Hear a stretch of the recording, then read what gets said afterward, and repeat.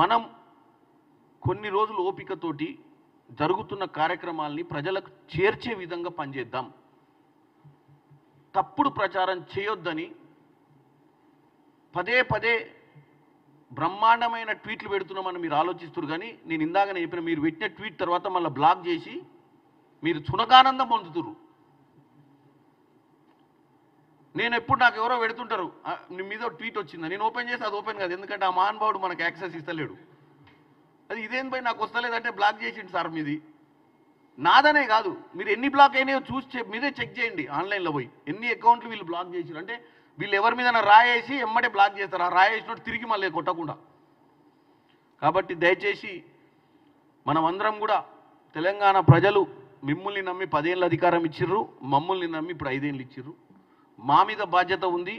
మళ్ళా మీకు రాజకీయం చేయాలన్న చిత్తశుద్ధి కనపడుతుంది మీలో. ఎందుకంటే పక్క రాష్ట్రానికి పోయి అధ్యయనం చేసి వచ్చారు కాబట్టి ఒళ్ళు దగ్గర పెట్టుకొని మీరు ప్రతిపక్ష పాత్ర వహించాలని కోరుకుంటున్నాం.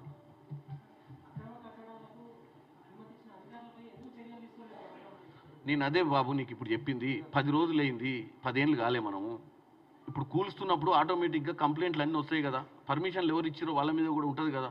ఇప్పుడు యాజ్ ఎ విలేకర్గా నువ్వు నన్ను జర్నలిస్ట్గా అడిగినావు, తెలియదా రేపు పొద్దున అధికారి ఎవరు ఇచ్చారో పర్మిషన్? నేను ఒకటి చెప్పిన, మధ్యతరగతి కుటుంబీకులు పర్మిషన్ ఇచ్చిరు కాబట్టి ఎటువంటి పరిస్థితుల్లో ఒకవేళ పర్మిషన్లు ఇచ్చుంటే దాన్ని నమ్మే కదా కొనుక్కొని ఆగమైంది. అంటే ఆఫీసర్ కూడా ఈక్వల్ బాధ్యత వహించాలి. వాళ్ళ మీద కూడా శిక్ష పడాల్సిన అవసరం ఉంది. ఎందుకంటే సిస్టమ్ మొత్తము ఎక్కడ కరప్షన్ జరిగింది, ఎక్కడ కన్స్ట్రక్షన్ స్టార్ట్ అయింది, ఏ ఆఫీసర్లు కళ్ళు మూసుకొని పనిచేసిరు, ఈరోజు అందరి గుండెల రైలు పరిగెత్తుతుంది కదా.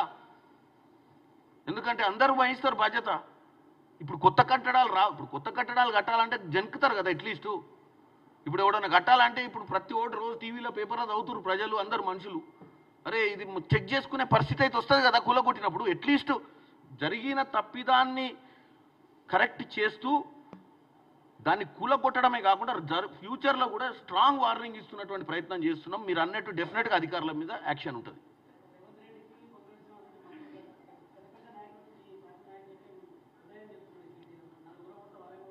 వాళ్ళందరినీ పొద్దున్న ఎక్కడెక్కడ ఉన్నాయో అక్కడికి పోయి ఫస్ట్ రిటర్న్ కంప్లైంట్ ఇవ్వమని చెప్పండి. ఇచ్చి ఐడెంటిఫై చేసి చూపించమని చెప్పండి. మీడియా అయితే అవైలబులే ఉంది కదన్న. ఇప్పుడు కేటీఆర్ గారు ఎక్కడెక్కడ ఇల్లీగల్ కన్స్ట్రక్షన్స్ ఉన్నాయో ఆయనదైతే రేపు పొద్దున ఆయనే గుల్లగొట్టుకుంటే కూడా ఆయన ఖర్చులు ఇస్తాం మేము. ఒకవేళ మాకు ఇబ్బంది పెట్టకుండా హైడ్రా వాళ్ళకు ఏదన్నా ఏదో ఖర్చు ఉంటుంది, వీళ్ళు గుల్లగొట్టిన ఖర్చే, ఆయన గుల్లగొట్టిన ఖర్చే. అది ఏదన్నా ఉంటే గుల్లగొట్టేస్తే మరి అది మన రంగనాథ్ గారితో మాట్లాడితే, సార్ మీరు రాకముందే మాది మేము గుల్లగొట్టుకుంటే ఏమన్నా ఇస్తారా నష్టపరిహారం అంటే ఖర్చులు, కూలగొట్టే ఖర్చులు అనేది కూడా మాట్లాడుకోవచ్చు వాళ్ళు.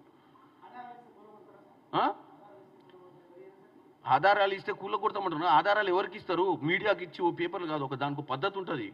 ఈ పలానా సర్వే నెంబర్లా పలానా లాజిస్టిక్స్ ఇప్పుడు మొత్తము గూగుల్ మ్యాపింగ్ ఉంది, వాళ్ళు అన్నీ తీయొచ్చు బయటికి. తీసుకో దీంట్లో FTLలా ఈ పలానా ప్రాపర్టీ ఉంది, దీన్ని ఎందుకు గుల్లగొట్టలే, ఆ పక్కన ఉన్న దాన్ని గుల్లగొట్టారు, దీన్ని ఎందుకు గుల్లగొట్టలేదంటే అర్థం కాదు ప్రజలకు. నేను అనేది మాటలతోటి కాదు, నేను వాళ్ళను అన్ని విషయాలలో నేను ఎంకరేజ్ చేస్తున్నా. ఎవరిని? కేటీఆర్ గారిని, హరీష్ రావు గారిని, ప్రతిపక్షాలని. ఏంటంటే మీరు కన్స్ట్రక్టివ్ అపోజిషన్ చేయండి. ఉట్టిగానే రాయితోటి కొట్టి మళ్ళీ దాచుకోకూరి. ఇప్పుడు కొట్టావు కదా రాయితోటి, ఏమన్నావు ఉన్నాయన్నావు, చూపియండి. చూపించినప్పుడు ప్రభుత్వం నిర్ణయం తీసుకోలేదు అనుకో, అప్పుడు రండి ప్రజలు.